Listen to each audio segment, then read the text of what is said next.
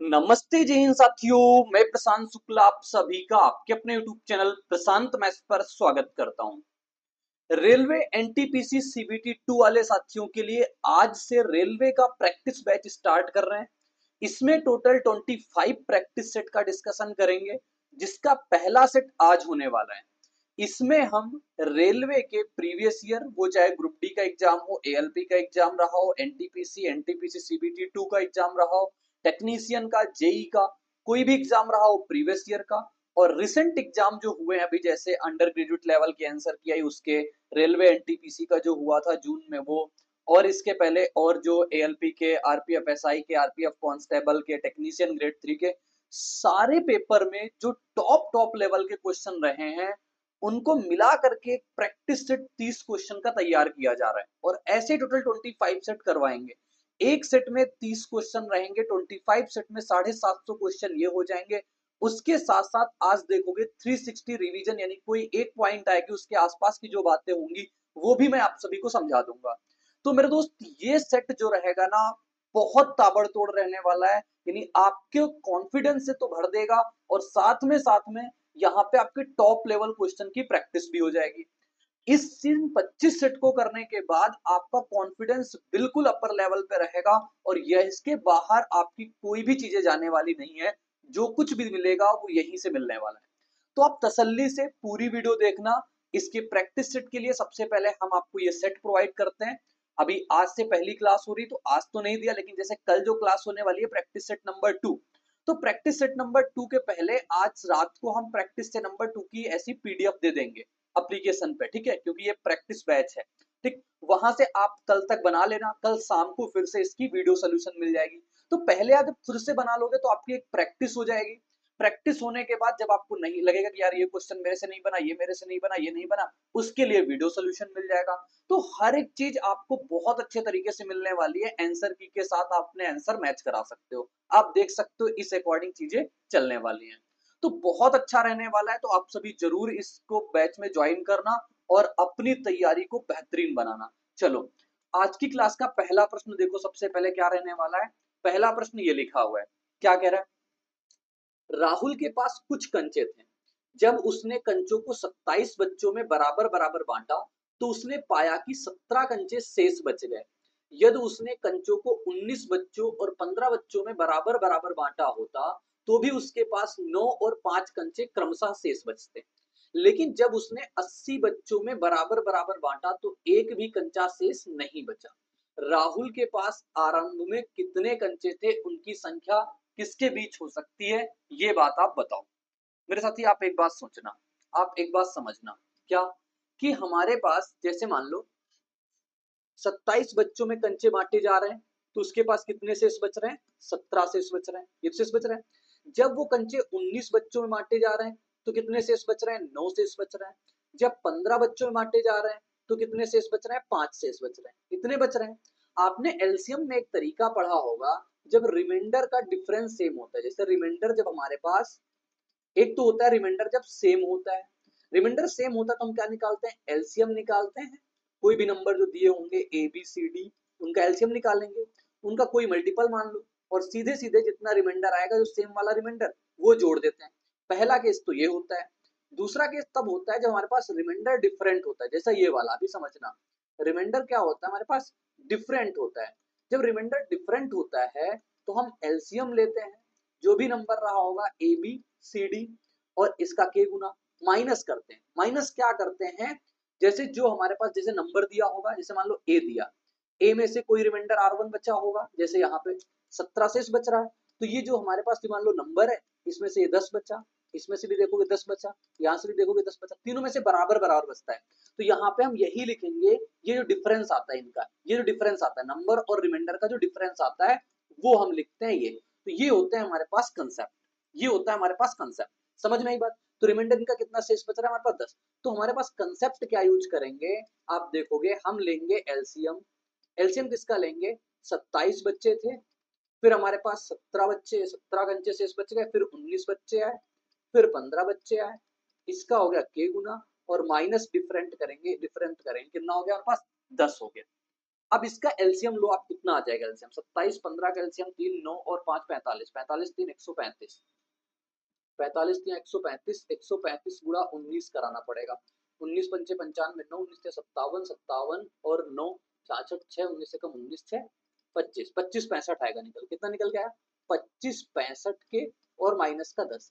अब ये कह रहा है जब 80 बच्चों में बांटा जाता है, 80 बच्चों में बांटा जाता है तो कोई भी कंचा शेष नहीं बचता है, यानी कि ये नंबर जो आएगा ये नंबर पूरा हो गया।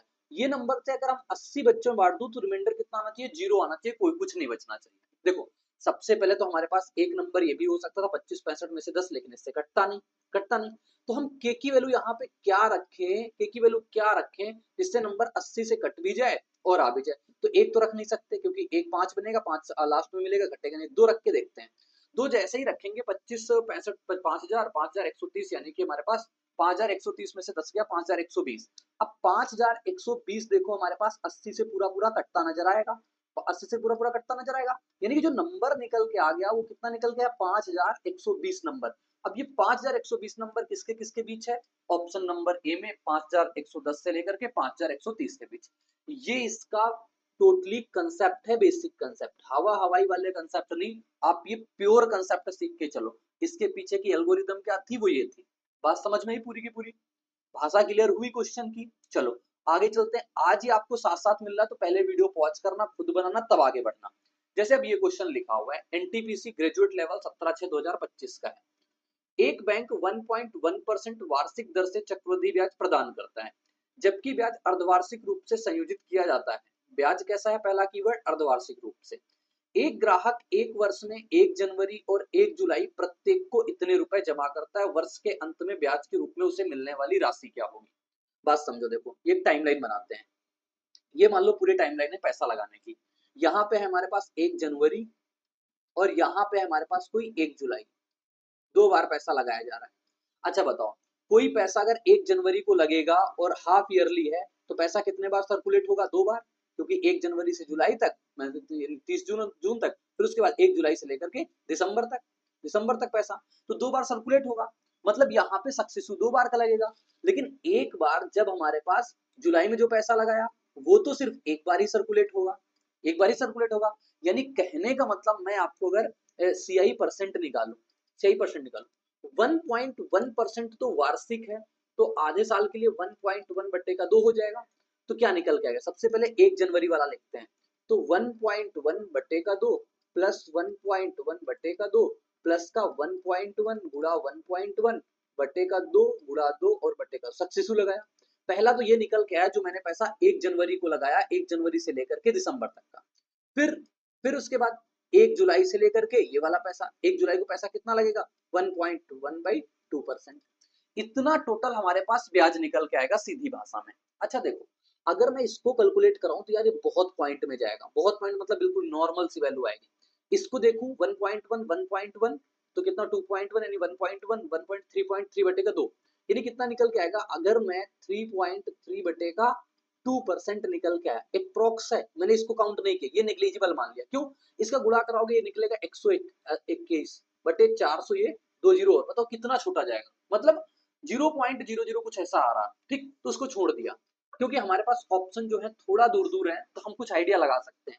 अब अच्छा आप बताओ, ये 3.3 बटे का 2% को हम कैसे कैसे इसको अगर देखें तो एक दो एकम दो, दो छह का 12 और दो पंची 10, 1.65%, यानी कि जो ब्याज मिलेगा वो 1.65% मिलेगा।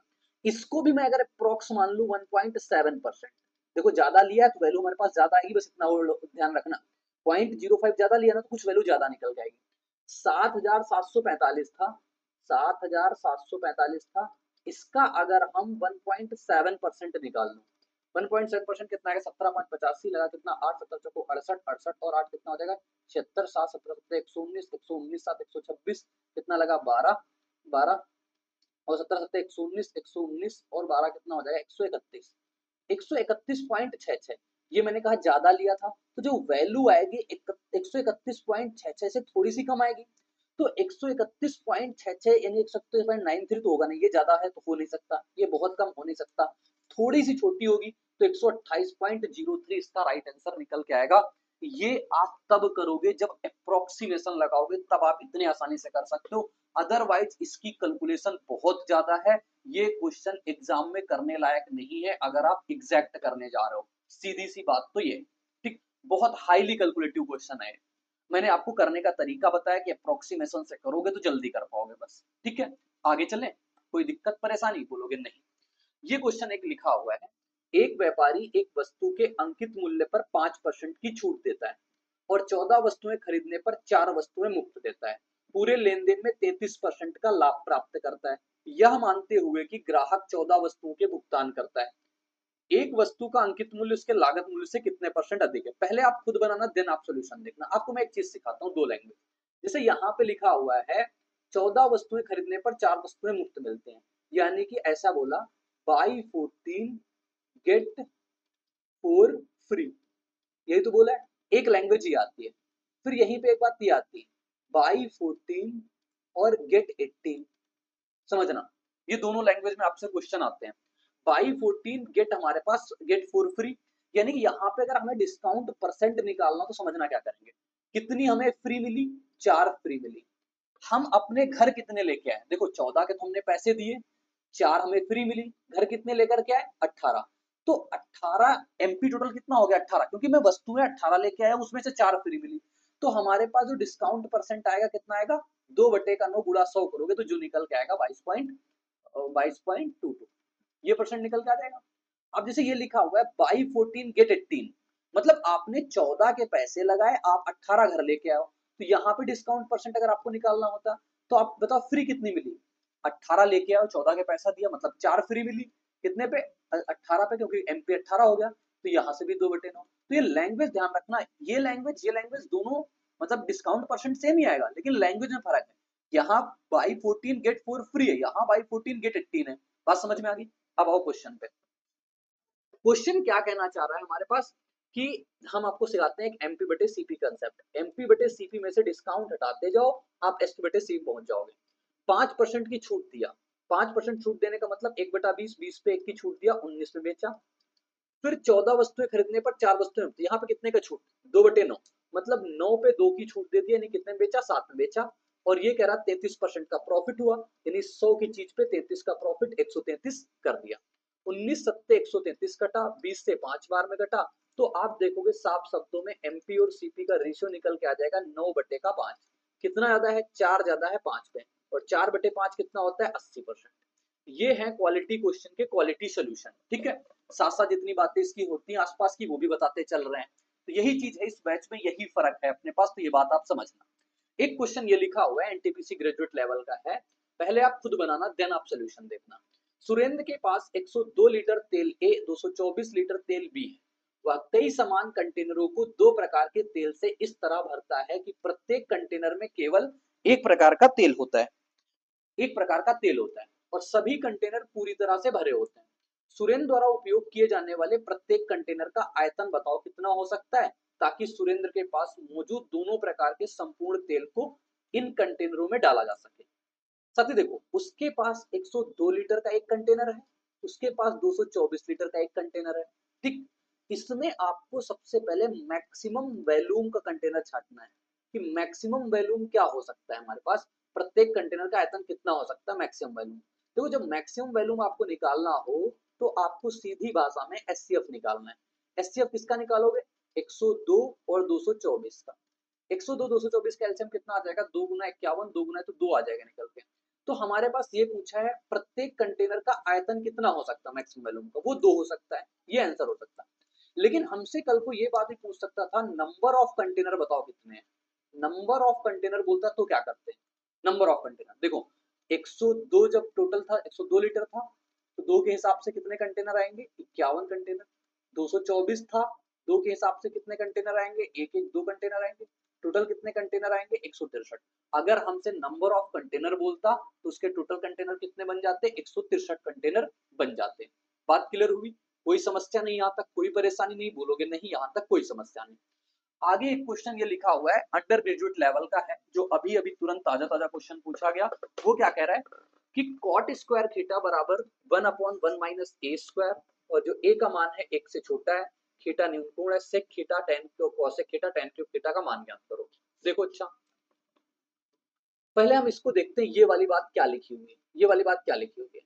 cos थीटा को क्या लिख सकते हैं, वन सेक थीटा को 1 cos थीटा लिख सकते हैं, इसको 1 sin लिख सकते हैं, इसको sin क्यूब बटेगा cos क्यूब लिख सकते हैं, साइन से साइन कटेगा। अगर हम देखेंगे तो cos क्यूब कॉमन ले लेंगे, यहाँ क्या बचेगा cos square plus sine square, और cos square plus sine square क्या होता है 1, तो 1/c क्यूब, यानी हमें बताना क्या है, सेक क्यूब बताना है, हमें सेक क्यूब बताना है, ये तो बताना है। अब हमें नजरें सिर्फ हमारी इतनी है कि हम सेक तक कैसे पहुंचे। अच्छा आप बताओ, इस कॉट को हम क्या लिख सकते हैं, 1 का tan स्क्वायर लिख सकते हैं, 1/tan स्क्वायर बटे 1 माइनस का a स्क्वायर। तो आप कहोगे साफ शब्दों में tan स्क्वायर थीटा बराबर क्या हो गया, 1 माइनस a स्क्वायर। हमें सेक तक जाना है, और tan और सेक में रिलेशन क्या होता है, sec square theta minus tan square theta बराबर 1 माइनस a स्क्वायर। नहीं नहीं, 1 माइनस a स्क्वायर नहीं, ये 1 होता है, 1 होता है। तो अब tan स्क्वायर थीटा की आप वैल्यू रख दो, तो क्या निकल के आएगा, सेक स्क्वायर थीटा बराबर 1 प्लस tan स्क्वायर, tan की वैल्यू क्या है 1 माइनस का a स्क्वायर। तो आप देखोगे सेक थीटा की जो वैल्यू आ जाएगी √2 माइनस का a स्क्वायर आ जाएगी। लेकिन आपको बताना है sec cube theta, sec cube theta बताना है, तो 2 माइनस a स्क्वायर, इसको तो आप लिख सकते हो 1/2, क्यूब लगाना है तो इसकी पावर कितनी करनी पड़ेगी आपको, 3 करनी पड़ेगी। तो ये निकल के आएगा फाइनली 2 माइनस a स्क्वायर की पावर 3/2।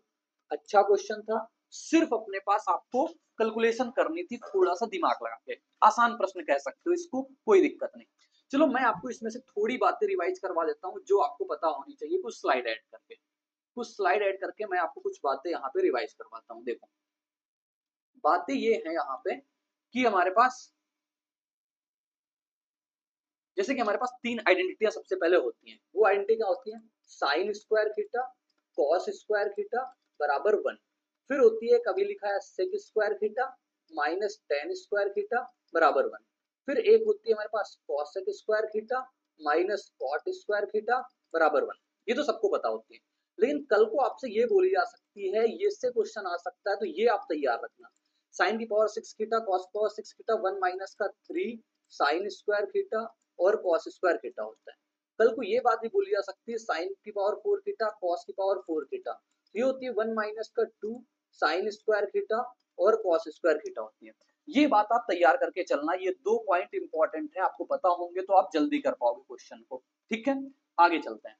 आगे हमारे पास एक क्वेश्चन ये लिखा हुआ है, अच्छा क्वेश्चन, एक घनाभाकार खंड 12 सेंटीमीटर 24 सेंटीमीटर 30 सेंटीमीटर को वास्तविक संख्या में समान घनों में काटा जाता है, ऐसे घनों की न्यूनतम संभावित संख्या बताओ कितनी। अच्छा सोचो आप, हमें इसको काटना है क्यूब में, मैक्सिमम साइज क्यूब में काटना है, मैक्सिमम साइज क्यूब में काटना है। अब मैक्सिमम साइज क्यूब में काटना है अगर, तो हम क्या करेंगे, एचसीएफ निकालेंगे, किसका, 12 का 24 का और 30 का। इसका एचसीएफ कितना निकल के आएगा, हमारे पास 6 निकल के आया, 6 निकल के आया। अब हमसे कह रहा है इसके इतने समान घनों में काटा जाता है, तो ऐसे न्यूनतम संभावित घनों की संख्या। अब घनों की संख्या कैसे निकालोगे, अगर साइज बोलता तो 6 था, अब आप इसमें कराओगे वैल्यूम इक्वेट, बहुत ज्यादा इंपॉर्टेंट है वैल्यूम इक्वेट कराना, तो वैल्यूम इक्वेट कराओगे, वैल्यूम किसका, क्यूबॉइड का, यानी कि 12 गुना 24 गुना 30 बराबर क्यूब का, क्यूब मतलब कितना, 6 गुना 6 गुना 6, कितने क्यूब बनेंगे, n क्यूब बन जाएंगे। 6 से काटो 6 पंचे 30, 6 से काटो 6 चौको 24, 6 से काटो 2 बार में, 5 चौको 20 2 का 40, तो कितने ऐसे क्यूब बन जाएंगे हमारे पास, न्यूनतम 40 क्यूब बन जाएंगे, कम से कम 40 क्यूब बनेंगे। आई होप मेरी बात क्लियर हुई होगी। ठीक है, एक बार हम चेक कर लेते हैं वॉइस हमारी क्लियर जा रही है नहीं जा रही, तो कई बार दिक्कत आ जाती है इसमें। ठीक है,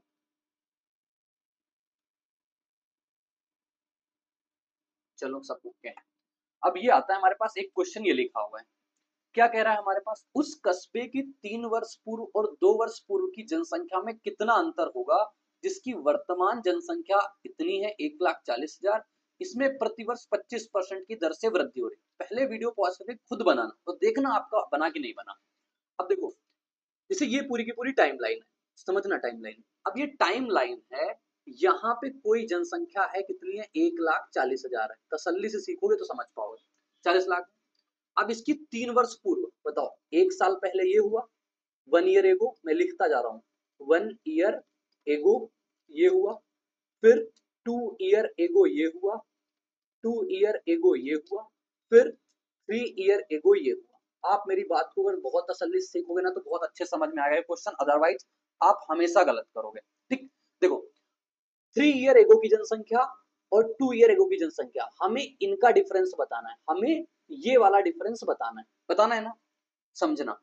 रेट कितनी है हमारे पास, 25%। 25% कितना होता है, 1/4। मतलब मान लो अगर यहाँ जनसंख्या x है तो इसका कितने परसेंट बढ़ेगा, 4 पे 1 बढ़ेगा, यानी 5/4 होगा, बढ़ेगा। यहाँ पे भी कितना बढ़ेगा, 5/4 बढ़ेगा, यहाँ पे भी कितना बढ़ेगा, 5/4 बढ़ेगा। मेरी बात समझ पा रहे हो? हमें डिफरेंस चाहिए ये वाला चाहिए, और इसके बीच का डिफरेंस चाहिए। तो आप बताओ, ये जनसंख्या अगर यहाँ पे x है तो यहाँ पे जनसंख्या कितनी हो गई, x गुणे का 5/4 गुणा 5/4, ये आगे जाएगा तो ये हमारे पास 5/4। अरे इतना कॉम्प्लिकेटेड लग गया क्या ये बात? देखो यहाँ पे जनसंख्या 5/4 से गुणा होकर यहाँ पहुंची, क्योंकि यहाँ पे तो x थी, गुणा होगा 5/4 से। अब जब आगे इसमें 5/4, क्योंकि यहाँ पे भी 5/4 का गुणा बढ़ेगा, यहाँ भी 5/4 गुणा बढ़ेगा, ऐसे बढ़ेगा। समझ में आ रही बात मेरी? तो अब आप एक बात समझो, हमें डिफरेंस बताना है ये, तो इसका मतलब क्या हुआ, x माइनस हमारे पास, x माइनस नहीं x गुणा इसका, ये वाले ज्यादा जनसंख्या होगी ना, तो x गुणा 5/4 माइनस x, ये हमें बताना है। हमारा आंसर तो ये है, यानी कि x/4, ये हमारा आंसर है। अब लेकिन x की वैल्यू निकाल लो, आपका जवाब x/4 आ जाएगा। अब देखो जैसे ये x है, x का 5/4 ये बढ़ा, 5/4 ये बढ़ा, 5/4 ये बढ़ा। देखो 5/4 5/4 5/4, जनसंख्या कितनी हुई हमारे पास, 1,40,000। 1,40,000 काटाकुटी करो, हमें x/4 की वैल्यू बताना है। सबको काट लो, सिर्फ x/4 रोक लो। काटेंगे 5 बचे 25, 25 चौको 100, 25 चौको 100 काट लो, 5 से काटो इसको, 5 चौको 5 अट्ठे 40, ये हो गया। तो यहाँ पे x/4 की वैल्यू चाहिए, तो 80 गुणे कितना हो जाएगा, 16, और गुणे कितना हो जाएगा, 14। तो 14 अट्ठे 112, 112 गुणे का 16 करेंगे, 16 2 का 32, 16 3 16 3 92 वाला मिलेगा उत्तर, 92 वाला ये लिखा हुआ है। राइट आंसर हमारे पास कितना हो जाएगा, 17,920। 17,920। इसको एक तरीके से हम और कर सकते थे, एक बार देखो मैं आपको फिर से समझाता हूँ, ये पूरी की पूरी टाइमलाइन यहाँ पे समझना फिर से। देखो ये अगर पूरी टाइमलाइन थी, मैंने कहा यहाँ पे कोई जनसंख्या हो गई 1,40,000 की हो गई, ये था 3 साल पहले, मान लो ये 3 ईयर एगो, 3 ईयर एगो की जनसंख्या x रही। ठीक, तो 2 ईयर यहाँ से कह रहा है, ये बैकवर्ड चलना पड़ रहा है हमें, तो ये 2 ईयर एगो, यहाँ नहीं जाएंगे 2 ईयर एगो, क्योंकि जो जनसंख्या दी है वहां से 3 साल पहले 2 साल पहले का अंतर बोला। तो यहाँ पे जनसंख्या कितनी हो जाएगी, x का 5/4, फिर यहाँ पे जनसंख्या कितनी हो जाएगी, x का 5/4, समझ रहे हो, फिर यहाँ पे जनसंख्या x का 5/4 और बढ़ जाएगी। तो इस प्रकार से हमारे पास टोटल जनसंख्या x का 5/4 5/4 5/4, और हमें डिफरेंस बताना था इसका, यहाँ पे अगर x थी तो यहाँ पे x का 5/4 हुई। समझ रहे हो मेरी बात क्लियर हुई या नहीं हुई? तो ये बात है। अगर इसको हम थोड़ा सा और दिमाग लगा के करना चाहें तो हम इसको और भी दिमाग लगा के कर सकते हैं। देखो कैसे, पर इसको हमें कंट्रोल डी करके देखो। अच्छा आपको एक बात क्या पता है, जैसे मैंने कहा 25% बढ़ रही है, 25% कितना होता है, 1/4, यानी कि जैसे ही बढ़ने की बात आती है आप गुणा किससे कराते हो, 5/4। जब आप यहाँ से यहाँ जा रहे हो तो कोई चीज 4 से 5 हुई है, 4 से 5 हुई है, मतलब आपने 5/4 का गुणा कराया जब आप यहाँ से यहाँ गए। लेकिन अगर मैं कहूँ यहाँ से यहाँ आना हो तो आप कितने गुणा कराना पड़ेगा, 4/5 का। 5 में से 4/5 का गुणा कराओगे तब तो आप 4 पे आओगे। वही चीज थी यहाँ पे, अगर मैं बात करूं सीधे शब्दों में लिखूं, 1,40,000 हमारे पास जनसंख्या थी। ठीक, 3 वर्ष पहले कितना हो जाएगा, 4/5, 4/5, 4/5, 3 वर्ष पहले की। 2 वर्ष पहले की जनसंख्या कितनी होगी, एक पूरा लिख रहे हैं आपके सामने, पूरा लिखेंगे। ठीक, 4/5 और 4/5, यही तो अंतर होगा, यही हमारे पास आंसर होगा। तो आप देखोगे 1,40,000 अगर हम कॉमन ले लूं, 4 गुणा 4/5 गुणा 5 भी कॉमन ले लूं, तो हमारे पास बचे कितना, 4/5। ये ज्यादा होगा तो यार मतलब इसको आगे रखेंगे, ये बात आप समझना, क्योंकि 2 साल पहले वाली ज्यादा होगी, 3 साल पहले वाली कम होगी, तो इसको आगे कर लेंगे। ठीक है, तो ये बचेगा हमारे पास 1/4। ये माइनस में नहीं आएगा, इसको आगे करेंगे, इसको पीछे करेंगे। समझ रहे हो मेरी बात, मैं जैसे बता रहा हूँ, ठीक। वो मुझे इसको आगे लिखना चाहिए था बस। अब इसको काटो पीटोगे, काटो पीटोगे, वही उत्तर निकल के आएगा आपका 1/5 होगा, सॉरी 1/5। अब इसको काटो कूटो, 25 से काटोगे फिर से वही बात, देखो पूरी की पूरी बात वही बन गई। 25 से काटोगे 25 चौको 100, 5 से काटोगे 5 अट्ठे 40 हमारे पास, तो यही आया 14 अट्ठे 112, बूढ़े का 16 और 0 ये 17,920 निकल के आ जाएगा। ठीक है, तो ऐसे भी आप कर सकते हो, इसको आगे रखना है, उसको पीछे रखना, बस इतना काम करना। क्यों? क्योंकि 2 साल पहले की ज्यादा होगी, 3 साल पहले की कम होगी, इस वजह से मैं ये होगा। ठीक है, आगे देखो ये लिखा हुआ है, चट्टान पर खड़ा एक व्यक्ति एक नाव को 30 डिग्री के अवनमन कोण पर देखता है, जो किनारे की ओर एक निश्चित गति से प्रेक्षक के ठीक नीचे स्थित बिंदु पर आ रही है। 10 मिनट के बाद नाव का अवनमन कोण 60 डिग्री देखा जाता है। नाव द्वारा किनारे पर पहुंचने में लिया गया कुल समय ज्ञात करो। समझना, कोई चट्टान पे एक व्यक्ति खड़ा है, यहाँ पे खड़ा है व्यक्ति, ये देख रहा है नीचे नाव आ रही है। उन्नयन कोण इसने बनाया कि एक बार उन्नयन कोण बना यहाँ से 30 डिग्री, अवनमन कोण सॉरी 30 डिग्री बना, यहाँ से 30 डिग्री आगे बढ़ा तो अवनमन कोण कितना बन गया, 60 डिग्री हो गया। कह रहा है 10 मिनट लगे इसको, कहां से कहां तक, इतना होने में इसको 10 मिनट लग रहे हैं। ध्यान देना मेरी बात को।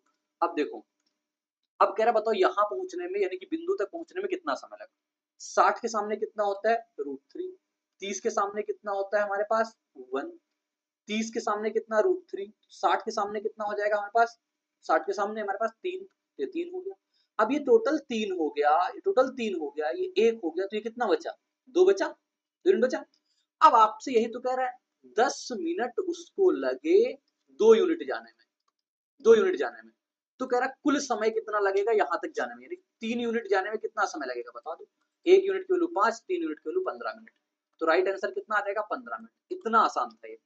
आप ध्यान देना, जब 30 60 90 होता है, जैसे 30 होता है, 60 होता है, 90 डिग्री होता है, तो ये होता है 1 √3, ये 2 होता है। अगर 45 डिग्री 45 डिग्री 45 डिग्री होता है, ये 90 सॉरी 45 90 होता है, 1 1 √2 होता है। ये बातें आप तसल्ली से ध्यान दो। ठीक है, पॉइंट क्लियर कट। आगे चलते हैं। और हाँ, एक बात यहाँ पे बताना भूल गया, आप जैसे कई बार लोग समझ नहीं आता फिगर, ये 60 मिनट 60 डिग्री है, इधर चल जाए, इधर वो ये भी बोलेगा कि 60 डिग्री आपने 30 यहाँ पे बना लिया, 60 यहाँ बना लो। मेरे दोस्त ध्यान देना, जितना आप ऑब्जेक्ट के पास जाओगे एंगल ऑफ एलिवेशन उतना ही बढ़ता है। जैसे आप मंदिर को दूर से देखते हो तो आप खोपड़ी थोड़ा नीचे करके देखते हो, यानी पैरेलल में भी देख सकते हो, लेकिन जैसे ही मंदिर के पास जाते जाओगे, मंदिर का जो टॉप वाला हिस्सा होता है आप देखने की कोशिश करोगे, आपको खोपड़ी ऊपर ऊपर चले जाएगी, यानी कि एंगल आपका बढ़ता चला जाएगा। ऐसे समझना कि जितना ऑब्जेक्ट के पास जाओगे एंगल बढ़ता जाएगा। वही मैंने इसलिए 60 आगे की ओर बढ़ाया। ठीक है, अब देखो एक क्वेश्चन ये लिखा हुआ है, क्या कह रहा है, क्वेश्चन कह रहा है 3.6 सेंटीमीटर भुजा लंबाई वाले 731 धात्विक घन उपलब्ध हैं, जिन्हें पिघलाकर 5.4 सेंटीमीटर की आधार त्रिज्या वाले 2 ठोस शंकुओं जो अपने आधारों पर जुड़े हैं को मिलाकर एक मशीन भाग बनाया निर्माण किया गया। शंकुओं की ऊंचाई इतनी और इतनी है, दोनों शंकुओं के निर्माण के बाद कितने घर अतिरिक्त होंगे। देखो, यानी कि सबसे पहले कह रहा है कि वो आधार त्रिज्या वाले 2 ठोस शंकु, मतलब ऐसा मान लो इसका बेस ये हो गया, एक शंकु इधर बना दिया, एक शंकु इधर बना दिया, गिल्ली डंडा खेलो वही है ये। ठीक, इसकी ऊंचाई भी पता है, इसकी ऊंचाई भी पता है, ये बनाया गया पूरा पोर्शन। आप अच्छा सोचो, 1/3 इसका वैल्यूम इक्वेट कराएंगे, सेम काम बस यही है कि हम क्या कराएंगे, वैल्यूम इक्वेट कराएंगे। कैसे, इसका वैल्यूम कितना होगा, 1/3 पाई, आर स्क्वायर तो सेम ही है, आर इसका भी सेम, लेकिन H1 और H2 अलग अलग है, तो H1 प्लस H2 बराबर 731 घन है। तो हम कितने घन पिघला दें, 3.6 3.6 3.6 के n घन पिघला दें, क्योंकि हमें पता नहीं कितने घन पिघलाने पड़े जिसमें कि आकृति बन जाए, तो मैंने कहा n घन पिघला देते हैं, जिससे ये 2 कोण मिल जाएंगे। तो 1/3 ये हुआ, 22/7 रख लो। आर स्क्वायर की वैल्यू कितनी है, आर कितनी है 5.4, तो रखो 5.4 5.4, H1 प्लस H2 करो, 49 में से 70 14 84, 84 ये कर लिया, बराबर कितना हुआ हमारे पास 3.6 3.6 और 3.6, गुणा कितना हो गया n, काटाकुटी करें, 18 दूना 36, 18 3 54, फिर 18 2 का 36, 18 3 54, ये बात निकल गई यहाँ तक। अब फिर हम देखेंगे तो और क्या हो सकता है, ये 3 3 हुआ, 2 2 4, 7 से काटेंगे 12 बार में, 4 से काटेंगे इसको 3 बार में, 3 से काटेंगे इसको 1.2 टाइम्स में, ठीक है। 3 से एक 3 ये कट जाएगा, 3 से ये भी कटेगा हमारे पास 0.4 टाइम्स में। तो n की वैल्यू कितनी निकल के आई 22/0.4। डेसिमल हटाएंगे, जीरो बढ़ाएंगे, n की वैल्यू कितनी आ गई 55, 55 निकल के आ गई। तो कितने कह रहे हैं 731 थे, 55 घन पिघला दिए, तो 731 में से 55 घन हटा दिए, 11 में 6 जाएगा, 11 में 5 जाएगा 6 बचेगा, 12 में से 5 जाएगा 7 बचेगा, और 7 6 676 बचेंगे। कितने 676 राइट आंसर आ जाएगा इसका। बात समझ में आई? तो क्वेश्चन को पढ़ के क्वेश्चन को लिखना ही बस आपकी मैथ है, ज्यादा रॉकेट साइंस नहीं लगानी, हम बहुत सिंपल वे से समझेंगे, वैल्यूम इक्वेट कराएंगे, ठीक। एक क्वेश्चन ये लिखा हुआ है, क्या कह रहे हैं, यदि समीकरण 6x³ - 11x² प्लस का 6x - 1 बराबर 0 है, तो मूल इसके अल्फा बीटा गामा, मूल को रूट बोलते हैं, इसको हम रूट भी बोलते हैं, जीरो भी बोलते हैं, तो ये हो गया।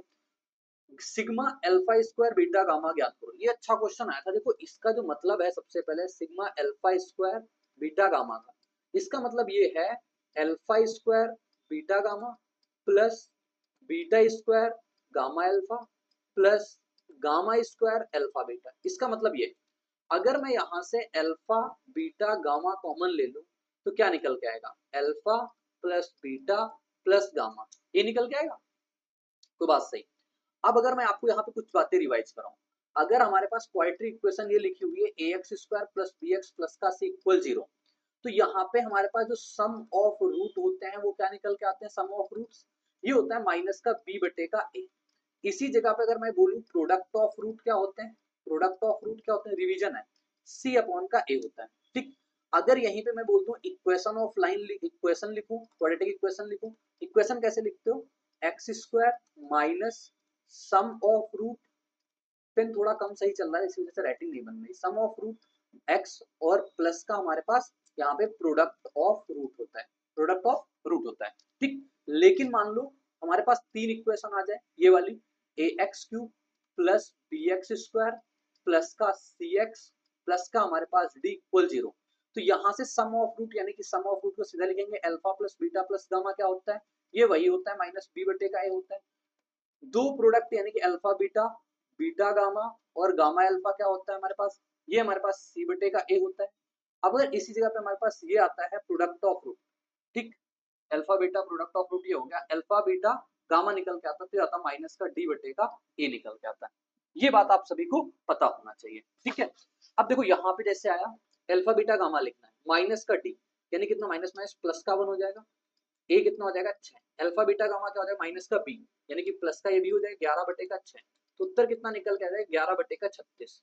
इंपॉर्टेंट है कि जो आपकी इतनी बातें करवाई हैं ये बातें आपको पता होनी चाहिए, इसमें से किसी में रूट निकालना बता देंगे कितनी आसानी से, आज के क्वेश्चन होंगे तो आज में ही बता देंगे, ठीक है। चलो आगे एक क्वेश्चन ये लिखा हुआ है, क्या कह रहा है, क्वेश्चन कह रहा है हमारे पास कि 36 सेंटीमीटर लंबी 16 सेंटीमीटर चौड़ी एक आयताकार धातु की शीट से 6 सेंटीमीटर 4 सेंटीमीटर 2 सेंटीमीटर त्रिज्या की तीन वृत्ताकार प्लेटें काट ली गई।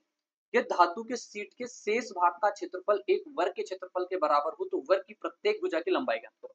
सिर्फ लैंग्वेज है, जैसे कि मान लो हमारे पास ये एक आयत है, ये एक आयत, इसकी लंबाई ये 36 हो गई, ये 16 हो गई, यहाँ तीन वृत्त मैंने कट कर लिए, एक दो मान लो तीन वृत्त मैंने कट कर लिए, तो जितना रिमेनिंग एरिया बचा उसी से मैंने बना दिया क्या, एक वर्ग, वर्ग का क्षेत्रफल बराबर है। देखो रिमेनिंग कैसे बचेगा, एरिया निकालो, सबसे पहले रिमेनिंग एरिया 36 गुणा 16 इसका माइनस ये कितना होगा पाई आर स्क्वायर, आर स्क्वायर मतलब 6 का स्क्वायर मतलब 4 का स्क्वायर और फिर 2 का स्क्वायर, ये रिमेनिंग एरिया निकल के आएगा, कितना निकल गया 36 गुणा 16 करो, अभी तो 36 गुणा 16 ही रखते हैं, माइनस 22/7 करेंगे और यहाँ पे कितना आएगा 6 का स्क्वायर 36, 36 और 4 40, 40 और 16 कितना हो जाएगा 56, तो कितनी बार में कटेगा 8 बार में।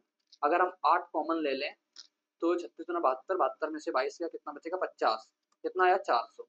अब ये कह रहे हैं जो 400 है ना, ये शेष भाग का क्षेत्रफल एक वर्ग के क्षेत्रफल के बराबर, वर्ग का क्षेत्रफल कितना हो जाएगा मान लो ए स्क्वायर के बराबर है, तो ए बराबर कितना निकल गया 20, वही बोला है कितना हो गया। कम से कम शब्दों में लिखो और पढ़ के बस समझ जाओ लैंग्वेज क्या कहना चाह रहा है, ए बराबर 20 हो गया, कहा वर्ग के क्षेत्रफल के बराबर तो वर्ग का क्षेत्रफल ये हो गया। कल को यहाँ पे डायगोनल पूछा जा सकता है, उसका एरिया उसका वैल्यू कुछ भी पूछता। आगे क्वेश्चन ये लिखा हुआ है, एक आयत की छोटी भुजा लंबी भुजा से 21 सेंटीमीटर छोटी है, इसके क्षेत्रफल का संख्यात्मक मान इसके परिमाप के संख्यात्मक मान के 7 गुना के बराबर। इसकी लंबाई भुजा की लंबाई कितने गुना। एक आयत है हमारे पास में, छोटी भुजा जो है वो 27-21 सेंटीमीटर छोटी है, मतलब ये 21 सेंटीमीटर छोटी है अगर ये x है। परिमाप क्या होता है, 2 गुना l प्लस बी यानी x प्लस एक्स माइनस 21। परिमाप के 7 गुना इसका 7 गुना के बराबर क्या है, इसका एरिया। एरिया कितना हो जाएगा, x x माइनस का 21। बस अब इसको कैलकुलेट कराना पड़ेगा। 7 2 का 14, 14 दूना 28x हो जाएगा, माइनस 21 गुणा कितना करेंगे 14, 21 गुणा 14 करेंगे यार, 21 गुणा 14 करना पड़ेगा। ये होगा एक्स स्क्वायर माइनस 21x। सबको एक तरफ लो, क्वाड्रेटिक बनेगी। एक्स स्क्वायर माइनस 21x में से 28x जुड़ेगा, माइनस का 49x आएगा, और ये प्लस कितना हो जाएगा 14 एकम 14 और 28, 28 एक 29, 294 बराबर कितना 0। अब देखो क्वाड्रेटिक सॉल्व करनी, क्वाड्रेटिक कैसे सॉल्व सकते हैं यहाँ भी सीखना। यहाँ पे 294 लिखा हुआ है, यानी कि 294 के आपको ऐसे दो प्रोडक्ट लेने हैं, ऐसे दो प्रोडक्ट लेने हैं जिनका गुणा कराने पे प्लस का 294 मिले और जोड़ने पे माइनस का 49 मिले। मतलब दोनों वैल्यू तो माइनस में रखनी पड़ेगी, क्यों, क्योंकि माइनस का 49 चाहिए। अब माइनस का 49 चाहिए तो हमारे पास कितना निकल के आ जाएगा, आप देखो कितना निकल के आ जाएगा हमारे पास, 7 होता है, और कितना होता है अगर 42 और 7, हाँ 42 और 7 करें, देखो 42 7, 42 7 करेंगे, 42 7 49 आ जाएगा, माइनस 49, 42 गुणा 7 करेंगे 7 चौको 28 मिल जाएगा। अब लेकिन हमें जब रूट निकालने होते हैं तो साइन चेंज कर लेते हैं। क्वाड्रेटिक इक्वेशन की पूरी वीडियो दी है मैंने, तो रूट क्या निकल गया 42 और 7, तो कह रहा है इसकी लंबी भुजा की लंबाई क्या होगी 42 7, यानी कि 42 आ जाएगी लंबी भुजा, लंबी भुजा 42 आ जाएगी। देखो ये भी पॉसिबल है, पॉसिबल ये भी है, पॉसिबल ये भी है, लेकिन आपकी यहाँ पे सबसे लंबी भुजा यानी कि जो ऑप्शन मिल रहा 42, तो 42 आंसर हो जाएगा। 7 होता तो 7 कर देते हैं, अब 7 42 दोनों कभी नहीं होते। समझ में आ रही मेरी बात, तो ये चीज समझना। अब देखो अच्छा 7 रख भी लेते हैं, 7 से 21 कम, क्या माइनस में कभी डायमेंशन हो सकती है, नहीं हो सकती, तो 7 को ऐसे भी इग्नोर कर सकते हो, लेकिन पॉसिबल है। बात समझ में आ रही ना, तो ये हो गया हमारे पास क्वेश्चन को पढ़ के क्वेश्चन को लिखना, जैसे मैंने क्वाड्रेटिक के रूट निकालना सिखाया ऐसे ही। बैच जो है ना क्वालिटी बैच है, मैं कह रहा हूँ 30 क्वेश्चन में आपको क्वालिटी नजर आ जाएगी। इसके साथ साथ इसमें से जितनी चीजें की रिवीजन होगा, सोचो 25 सेट में ये चीजें चलेंगी, सोचो 25 में आपको नई नई चीजें सीखने को मिलेंगी, हर एक कंसेप्ट रूबरू हो जाओगे भाई पूरे मजेदार तरीके से। चलो ये लिखा हुआ है, 2 पेन 19 पेंसिल की कीमत 118 है। यदि पेन की कीमत 5 रुपए प्रति पेन कम हो जाती है और पेंसिल की कीमत 4 रुपए प्रति पेंसिल बढ़ जाती है, तो 5 पेन 8 पेंसिल की कीमत 144 हो जाती है। 14 पेन और 6 पेंसिल की मूल कीमत कितनी होगी। समझना बात, देखो पेन की कीमत को मान लेते हैं एक्स, पेन की कीमत को माना हमने एक्स रुपए और पेंसिल की कीमत को माना हमने वाई। क्यों माना, क्योंकि पेन पेन पीपी से स्टार्ट हो रहे हैं, इसी वजह से नहीं किया, तो मैं तो ए और बी मान लेता। ठीक, अब देखो बनाते हैं, 2 पेन यानी कि 2x, 19 पेंसिल मतलब 19y, वैल्यू कितनी है 118 है। पहली बात तो ये नजर आ गई।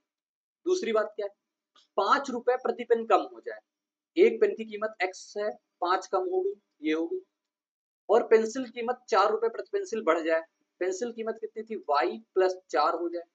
कह रहा है 5 पेन मतलब 5 पेन हो गए, 8 पेंसिल मतलब 8 पेंसिल की टोटल कीमत कितनी हो गई 144 हो गई। यहां से इक्वेशन बनाओ सबसे पहले, और हमसे पूछा क्या है, हमसे पूछा है 14 पेन मतलब 14x प्लस 6 पेंसिल मतलब 6y, ये वैल्यू बोला है। देखो अगर हम दो कॉमन ले तो हमें इतना तो पता चल जाएगा कि दो वाला मल्टीपल वाला आंसर होगा, मतलब ना तो ये हो सकता है ना तो ये हो सकता है। कल को हो सकता है एक ही ऑप्शन मिलता तो हम ऐसे उत्तर कर देते, पूरी कहानी भी नहीं करनी पड़ती। ठीक, लेकिन चलो हम निकालते हैं, सबसे पहले इसको सॉल्व करेंगे।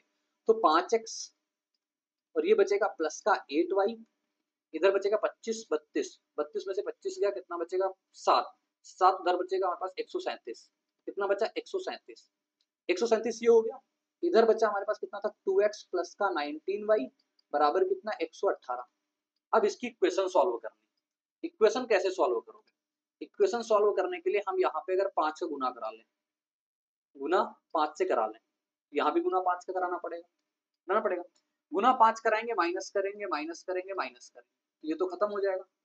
गुना 5 करें 19 पंचे 95, 95 में से 8 गया, 95 में से 19 पंचे 95 होगा ना, 95 में से 8 जाएगा, बताओ 95 में से 8 जाएगा, 15 8 गया 7, तो कितना बचेगा 87, 87 वाई बचेगा वो भी माइनस का, बराबर ये 8 पंचे 40 होगा और 11 55 590, 590 में से इतना जाएगा, कितना बचेगा हमारे पास 10 में 7 गया 3, और 8 में 3 गया 5, और 4 में 1 गया, नहीं नहीं 5 में 1 गया हमारे पास 4। ये तो 9 बार में तो जाएगा नहीं यार, 9 बार में तो जाना नहीं। फिर फिर क्या होगा? हम्म, कट तो रहा नहीं, क्योंकि ये तो 7 8 40, इतना तो मैंने सही लिखा। 10 19 पंचे 95, 95 5x, ये 5x लिखा मैंने, और ये 8y लिखा। 8 को 32 में से 25 गया, 32 में से 12 में से 5 जाएगा 7, 7 उधर घट जाएगा, 14 में से 7 गया 7, 137 ही बचेगा। यहाँ पे 128, 5 दूनी 10 किया। अरे यार ऊपर 2 का गुणा नहीं कराया, इतना बड़ा बेवकूफ मैं कैसे हो सकता हूँ? 2 का गुणा नहीं कराया, 2 का गुणा कराना पड़ेगा, ये गलती थी। 2 का गुणा कराएंगे, यहाँ बचेगा 16, तो 95 में से भी 16 जाएगा, 15 में 6 जाएगा, 9 बचेगा 1। ये फिर ये गलत कर रहा हूँ, बस बस यही गलत कर रहा हूँ। ठीक देखो कितना बचे, ये बचेगा 79 ना, 79 वो भी माइनस का। इधर कितना बचेगा हमारे पास? 260 14, 260 14 274। अब इसको घटाओ, कितना बचेगा? 6, ये माइनस का है ना, ध्यान रखना माइनस का है। 6 8 में 7 गया 1 बचा, और फिर 5 में 2 गया, 5 में 2 गया 3, माइनस 316। काटा इसको, कटा इसको, इससे कटेगा 4 बार में। नहीं वाई की वैल्यू कितनी निकल के आ गई? 4। देखो 7 को 28, 3 31, हाँ ठीक। वाई बराबर कितना आ गया? 4। वाई की वैल्यू रखो कहीं, यहाँ पे रख लें वाई की वैल्यू, तो एक्स वैल्यू निकल गया 2x प्लस 19 चौको 76 बराबर 118। 2 से कॉमन लेके काट दो, 2 से काटेंगे 3 28, 2 से काटेंगे 2 5 10, दोनों का 18। ये जाएगा कितना बचेगा? एक्स की वैल्यू 1 और 2 21 आ जाएगा एक्स का मान। एक्स का मान 21 है, 14 गुणा 21 प्लस 6 गुणा वाई, 6 गुणा 4, 6 गुणा 4 24, यानी कि 4 यहाँ से 4 यहाँ से, 4 4 8 मिलेगा लास्ट में। 8 वाला ऑप्शन नंबर ये है, यानी कि 318। ठीक 318, 318 इसका करेक्ट जवाब हो जाएगा। समझ में आ रही ना बात? देखो बेसिक क्वेश्चन है ये, मैथ को पढ़ के मैथ को लिखना। अब मैं चाहता तो ये क्वेश्चन ना डालता, लेकिन आपको सिखाना है कि ऐसे क्वेश्चन आएंगे तो आपको करना है, और ऐसी कैलकुलेशन मिलेगी तो करना पड़ेगा। अब ये क्वेश्चन लिखा हुआ है, क्या कह रहा है?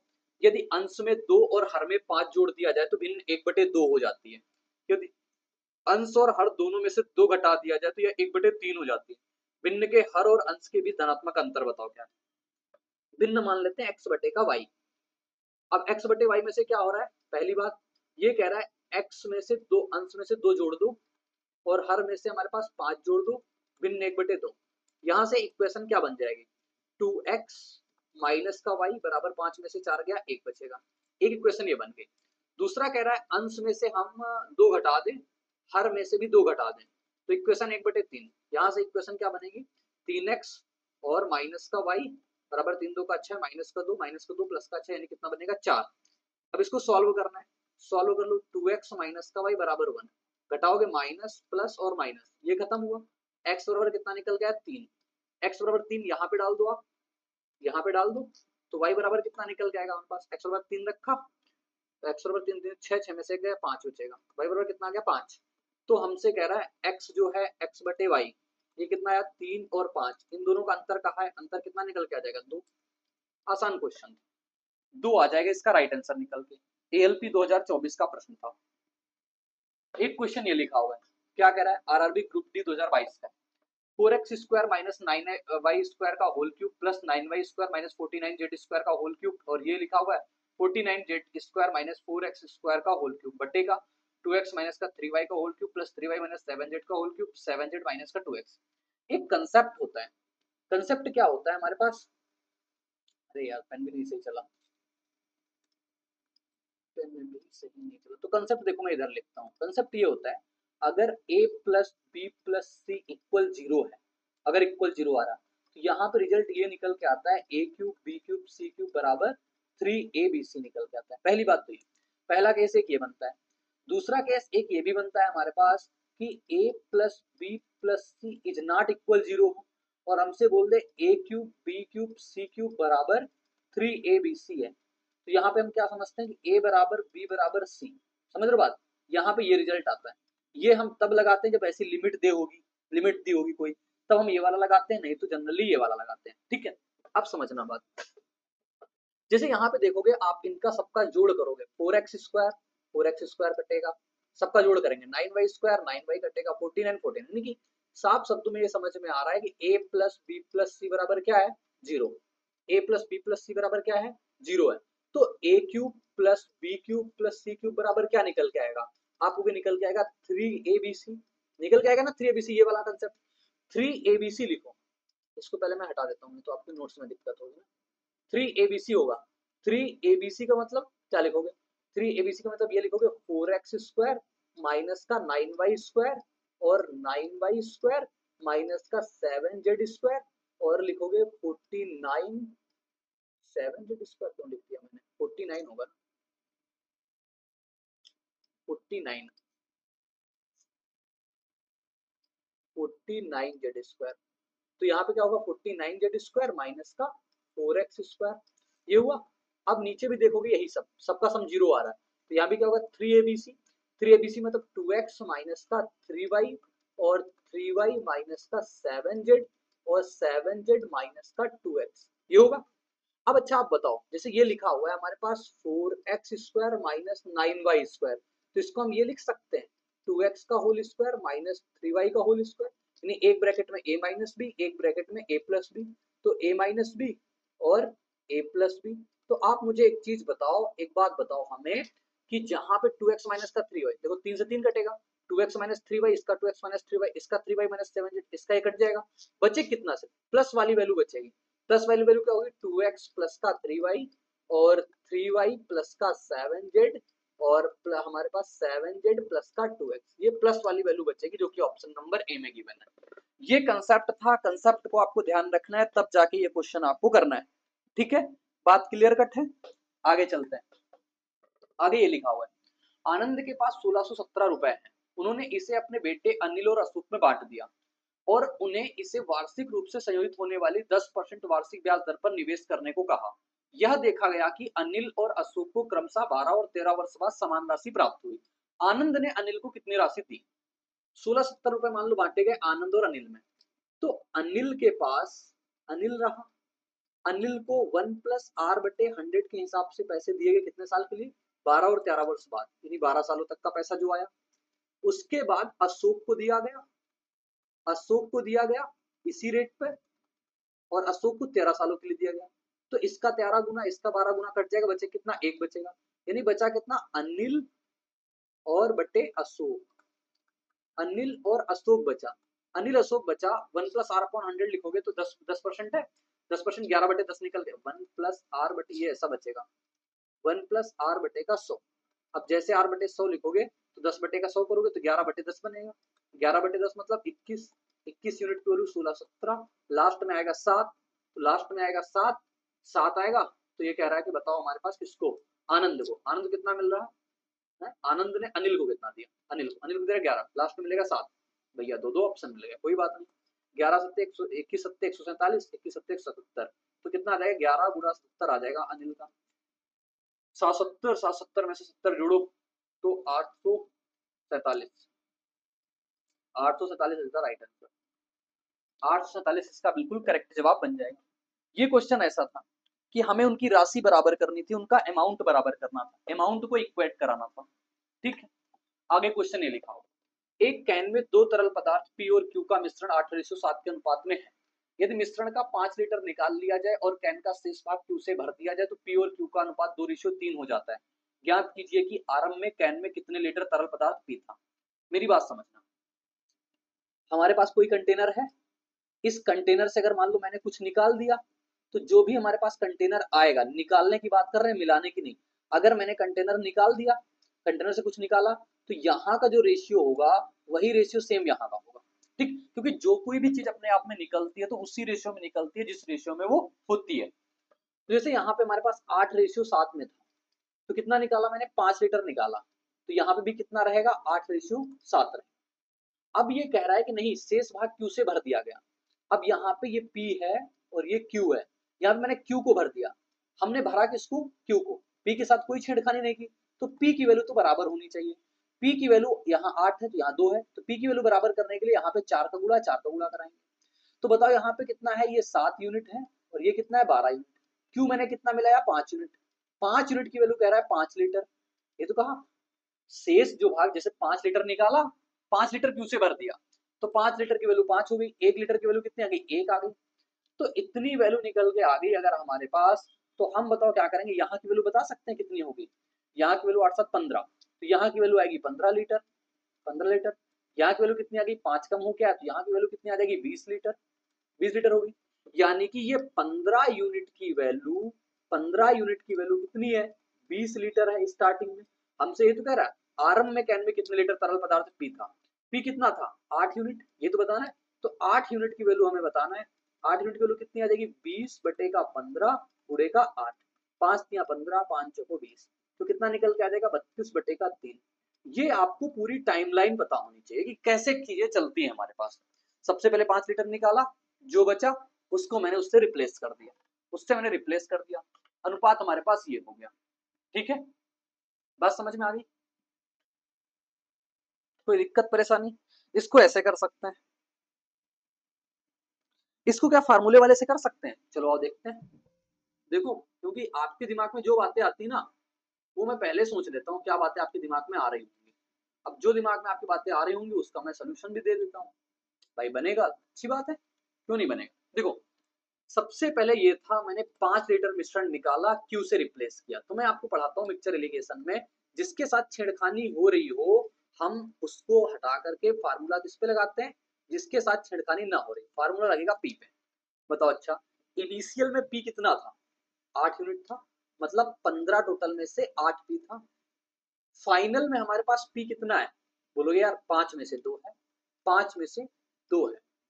हमने रिप्लेस कितने से किया, हमने कोई फ्रैक्शन से रिप्लेस किया, समझ लो कोई फ्रैक्शन से रिप्लेस किया, वो बची फ्रैक्शन है। ठीक, 5 से कटेगा 3 बार में, 3 2 का, 2 से काटो 4 बार में, तो हमारे पास जो बचा कितना, 3/4 आया फ्रैक्शन।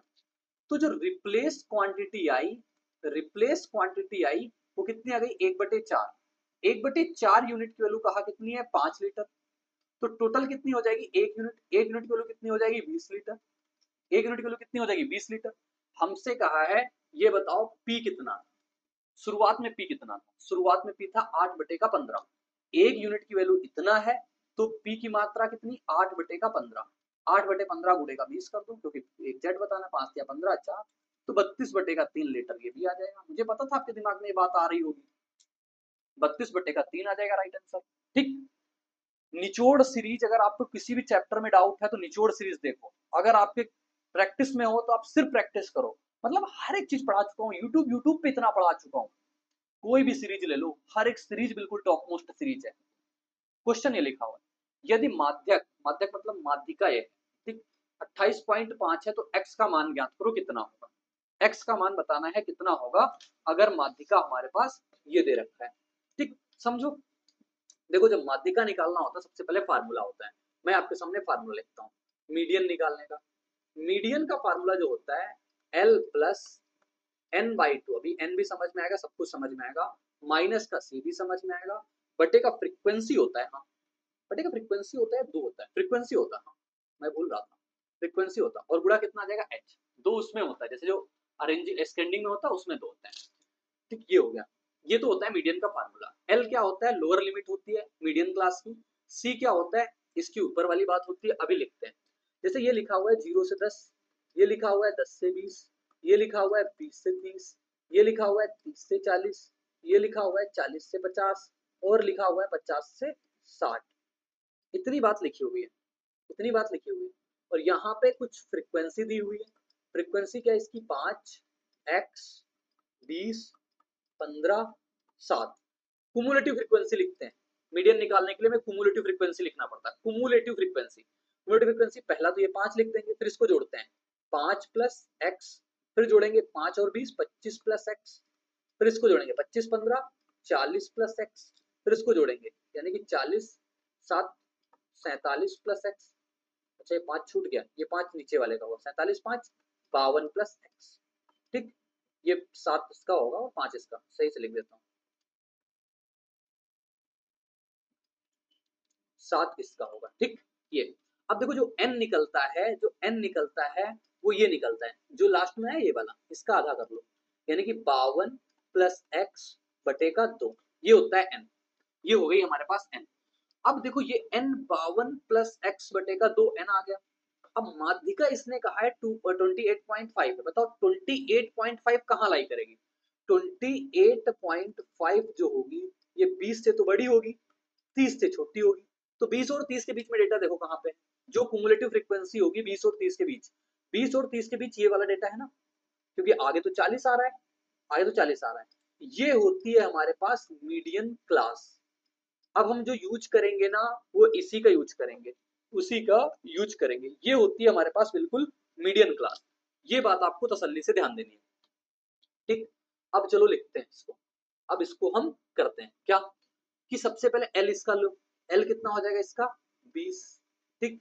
एन बाई टू कितना आएगा, एन बाई टू निकल के आया 52 प्लस एक्स, 52 को आधा करेंगे 26 प्लस एक्स बटे 2 और माइनस का सी, सी मतलब इसके ऊपर वाली वैल्यू होती है ये वाली वैल्यू, सी मतलब ये होता है, ठीक। ये आ जाएगा हमारे पास कितना 5 प्लस एक्स और बटे फ्रीक्वेंसी कौन सी, ये वाली फ्रीक्वेंसी कितना है, फ्रीक्वेंसी 20 और इसकी हाइट कितनी है, हाइट इसकी कितनी है, हाइट है यानी कि हाइट जो होती है ना upper limit minus lower limit, 30 में से 20 का कितना हो गया 10 और टोटल माध्यिका कितनी दी हुई है हमारे पास 28.5, इसको कैलकुलेट करना है। अब देखो 28.5 में से 20 घटा लो, ये प्लस लगा हुआ है, ये प्लस है, ठीक। पेन आज पता नहीं सही नहीं चल रहा है।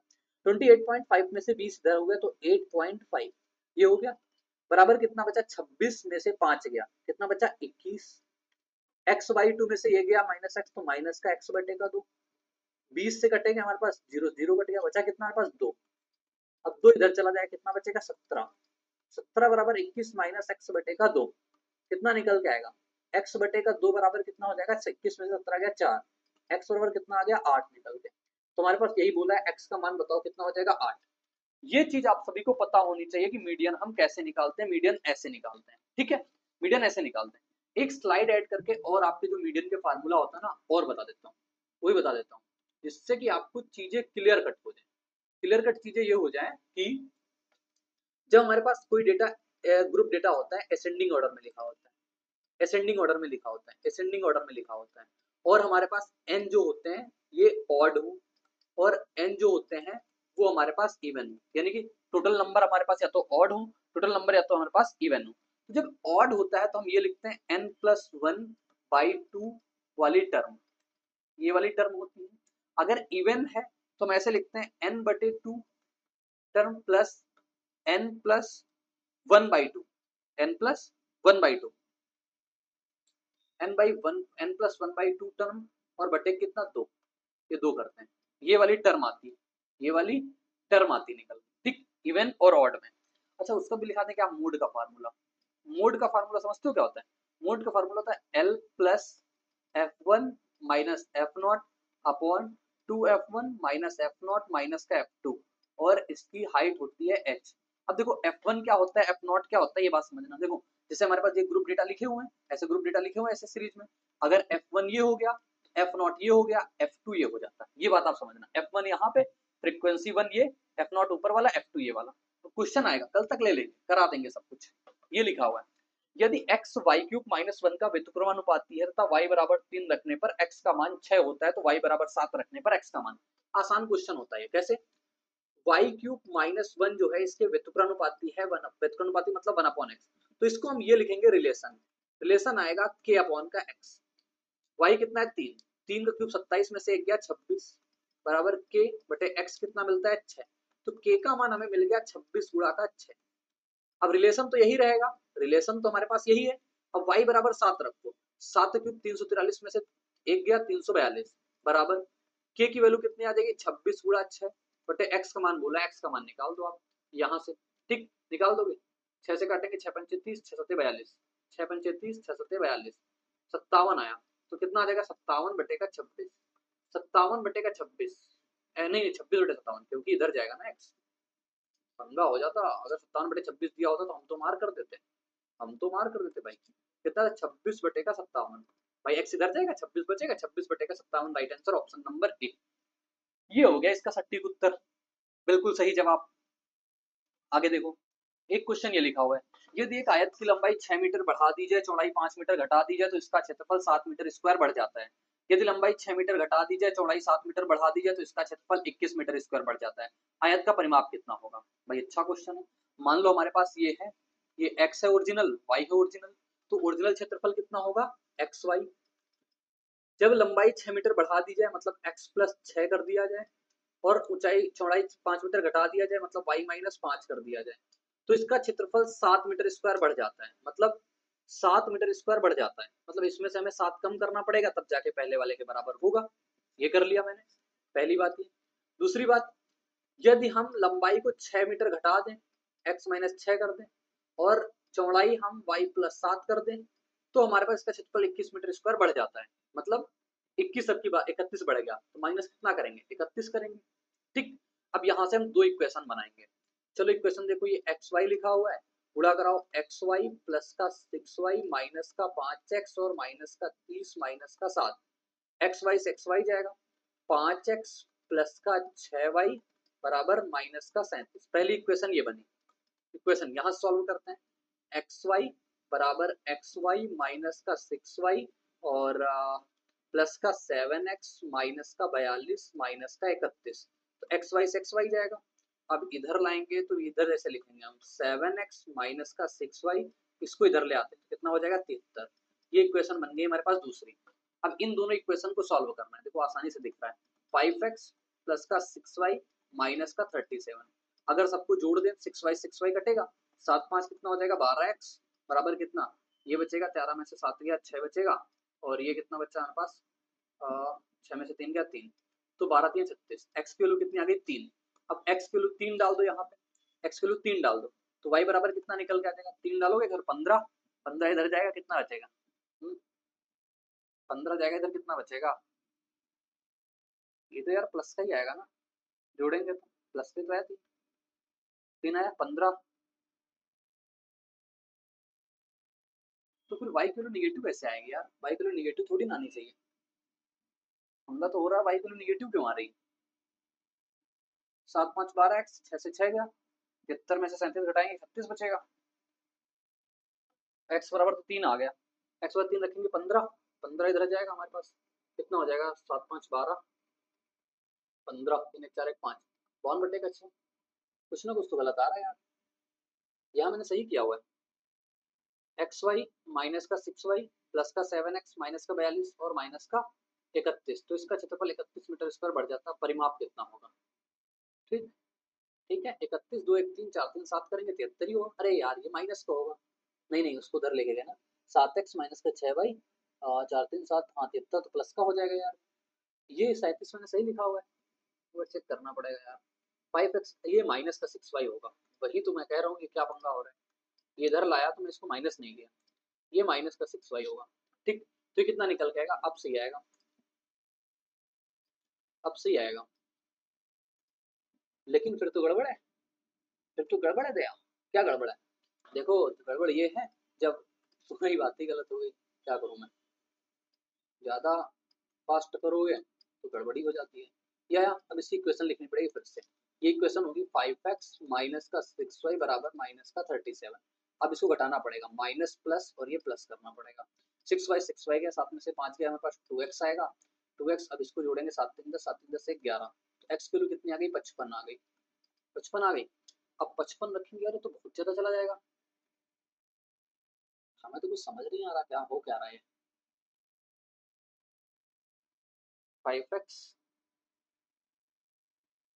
माइनस का 6y, अरे बुद्धि कहाँ गई मेरी, यही भी कुछ गड़बड़ कर रहा हूँ। देखो 5x को अगर मैं उधर लेके जाऊंगा तो फिर माइनस का 37 बचा, ठीक लिखा, यहाँ तक कोई समस्या नहीं। 5 माइनस 37 किया 7x, इसको घटाया ये प्लस हो गया, 6 से 6 घटा ये माइनस प्लस हो जाएगा, 55 आया।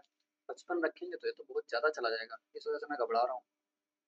55 गुणा 5 करेंगे कितना आ जाएगा, 5 250, 250 और 25 275, 275 में से 37 जोड़ेंगे, 7 5 12 7 10 11 312, 312 अगर 6 से काटेंगे, 6 से काटेंगे 6 पंचे 30 6 का 12, वाई बराबर कितना आ जाएगा 52, वाई बराबर 52 होगा। हमें क्या बताना, परिमाप बताना, परिमाप क्या होता है 2l प्लस बी यानी कि 55 प्लस 52, 5 2 7 5 5 10, अरे सही तो आ रहा था 214, पता नहीं मुझे क्या दिमाग में आ रहा था मेरे, 214 आ जाएगा इससे निकल के, ठीक है 214 इज द राइट आंसर होगा। समझ गए ना, कंसेप्ट समझना यार, कैलकुलेशन हो जाती है मेरे से मिस्टेक, अब देखो एक ही बार हो गई वो, तो ये चीज आप ध्यान देना। चलो आगे चलते हैं, आगे एक क्वेश्चन ये लिखा, लवण्या का विवाह 10 वर्ष पहले हुआ था, अब उसकी आयु विवाह के समय की आयु से 1 से 1/5 गुना है। उसके पुत्र की वर्तमान आयु उसके वर्तमान आयु का 10वां भाग है। उसके पुत्र की वर्तमान आयु कितना होगा? देखो, इसका विवाह हुआ यहाँ पे, विवाह के बाद इसकी वर्तमान एज कुछ है, और तो वर्तमान एज में इसका बेटा भी है, बेटा भी है। 10 वर्ष पहले विवाह हुआ और उसकी आयु विवाह के समय की आयु से 1 से 1/5, 1 से 1/5 मतलब 5 1 5 1 6/5, मतलब विवाह के समय इसकी एज 5 थी, तो आज इसकी एज कितनी है? 6। ठीक है, और कह रहा विवाह 10 साल पहले हुआ, 10 साल पहले हुआ। मैं तो देख रहा हूँ यार, तो 1 साल पहले लग रहा है। नहीं, 1 यूनिट वैल्यू कितनी है? 10, तो यहाँ पे इसका कितना रहेगा? 50 60 की रेंज। उसकी वर्तमान आयु का 10वां भाग है उसका बेटा, बेटा जो है इसका 10वां भाग, 60 का 1/10 करो कितना आ जाएगा? 6।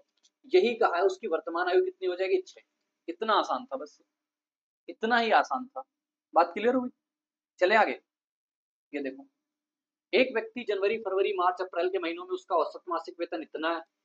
फरवरी मार्च अप्रैल मई के औसत वेतन एवरग्रीन क्वेश्चन है, तो इसका जनवरी का पूछा होगा। हाँ, एवरग्रीन क्वेश्चन, तो लिखना जनवरी फरवरी मार्च अप्रैल, औसत है यानी 8 गुणा 8000 गुना 4 4 टोटल हो गया। फिर फरवरी मार्च अप्रैल मई, कितना निकल के आया? कितना निकल के आया टोटल? बोलोगे 8500, 6500 है ना? कितना? 8500 है। 8500 पूरे कितना हो गया? 4। ठीक, घटा लो, सबको माइनस कर लो। माइनस करोगे तो ये कटेगा, ये कटेगा, ये कटेगा, बचे कितना? जनवरी माइनस मई, कितना बचा? माइनस आएगा कॉमन, माइनस का 4 कॉमन ले लो, और 85 गुणा 500 यानी कि 2000 आएगा, माइनस का 2000 आया निकल के, 2000 आया। मई का पता है 6500, 6500 उधर जाके जोड़ देना, जनवरी बराबर कितना आ जाएगा? 4500। कैलकुलेशन फास्ट करो, 4500 इसका राइट आंसर। इसमें कुछ नहीं सिखाना, आसान क्वेश्चन था, और ये वैरायटी आपसे पूछी जाती है। आगे देखो, एक ठोस शंकु के आधार का व्यास 24 सेंटीमीटर है, उसकी ऊंचाई 21 है। आधार के समांतर 2 कटाव द्वारा 3 भागों में काटा जाता है। कटाव आधार से क्रमशः 7 सेंटीमीटर और 14 सेंटीमीटर ऊंचाई पर है। शीर्ष भाग का वक्र पृष्ठीय क्षेत्रफल बताओ। जैसे मान लो हमारे पास ये कोई कोण है, ये एक कोई कोण है, एक मैंने यहां से कट लगाया, एक मैंने यहां से कट लगाया। ठीक है, कट जो लग रहे हैं वो कैसे कट लग रहे हैं, बात को समझना तसल्ली से, तसल्ली समझना, तसल्ली से समझना। ये जब कट लग रहे हैं वो 7 मीटर, पहला कट 7 मीटर पे लगा, दूसरा कट 14 मीटर पे लगा, यानी कि 7 ऊपर 7 14, यहाँ भी बचा कितना? 7। ठीक, यहाँ पे होता है हमारे पास कंसेप्ट कौन सा? सिमिलैरिटी का। सिमिलैरिटी का कंसेप्ट ये कहता है, अगर मान लो जैसे ये है कोई लाइन, यहाँ लाइन है, यहाँ लाइन है, ये एक है, एक है, एक है, क्योंकि एक रेशियो लिख रहा हूँ भाई, इसकी वैल्यू हमें दे रखा है कितना? 24। तीनों ट्रायंगल आपस में सिमिलर होंगे। ये अगर 24 है मतलब टोटल कितना है? 3। 3 यूनिट की वैल्यू कितना है? 24। तो 2 यूनिट की वैल्यू कितना आ जाएगी? 1 यूनिट की वैल्यू 8, 2 यूनिट की वैल्यू कितना आ जाएगी? 16। 3 यूनिट की वैल्यू ना, 1 2 3 3, अरे व्यास है तो 12 बचेगा, 12 बचेगा। अब मुझे लगता है मेरे से एक दो मिस्टेक और होंगी। व्यास ये कितना था? 12। व्यास किस पे काम कर रहे हैं? रेडियस पे। 3 यूनिट की वैल्यू कितनी है? 12। 1 यूनिट की वैल्यू कितनी आ जाएगी? 4। यहाँ पे कितना? ये कितना आ जाएगी? 2 यूनिट की वैल्यू कितनी हो जाएगी? 8। ये तो हो गई 8। ये आधा आधा है, तो आपको पता है जैसे ये आधा होता है सिमिलरिटी में, ये 8 है, तो ये कितना बचेगा हमारे पास? 4 बच जाएगा। ये 4 हुआ, यानी कि हमें बताना है ऊपर वाले का, ऊपर वाले का वक्र पृष्ठीय क्षेत्रफल। इसकी रेडियस 4 आ गई, इसकी रेडियस 8 आ गई, इसकी रेडियस 12 है। ठीक, अच्छा आप मुझे बताओ, ये 4 है, ये है, तो इसका ये कितना निकल के आ जाएगा हमारे पास? 7 का स्क्वायर प्लस 4 का स्क्वायर, 49 16 कितना होता है? √65। हमें बताना है वक्र पृष्ठीय पाई आर एल, यानी √65 तो आएगा, वो एक ही ऑप्शन में दिख रहा, उत्तर सी आ जाएगा। आपको लिखना है, आप लिखोगे पाई आर एल, पाई की वैल्यू 22/7, मतलब पूरी कैलकुलेशन कराओ 3.14 जैसे लिखा हुआ है, फिर आपका ये निकल के आएगा। सिमिलैरिटी का कंसेप्ट आप सीखो, मैं आपको सिमिलैरिटी कंसेप्ट सिखाता हूँ जो आपके लिए इंपॉर्टेंट है। इंपॉर्टेंट ये है, अगर ये ट्रायंगल हमारे पास सिमिलर है और ये इसके मिड पॉइंट पे है, जैसे ये ए हो गया, ये बी हो गया, ये सी हो गया, ये डी हो गया, ये ई हो गया, अगर ये मिड पॉइंट है तो डीई बराबर जो होता है ये हाफ ऑफ बीसी होता है, सिमिलरिटी के पर्पज से, सिमिलरिटी से होता है। ठीक है, आगे देखो ये लिखा हुआ है, सबसे बड़ी संख्या 23A68B ज्ञात कीजिए जो 3 से विभाज्य लेकिन 9 से नहीं। 9 से विभाज्य कौन होता है? जिसका सम ऑफ डिजिट 9 से कटे। 3 से विभाज्य वो जो जिसका सम ऑफ डिजिट 3 से कटे।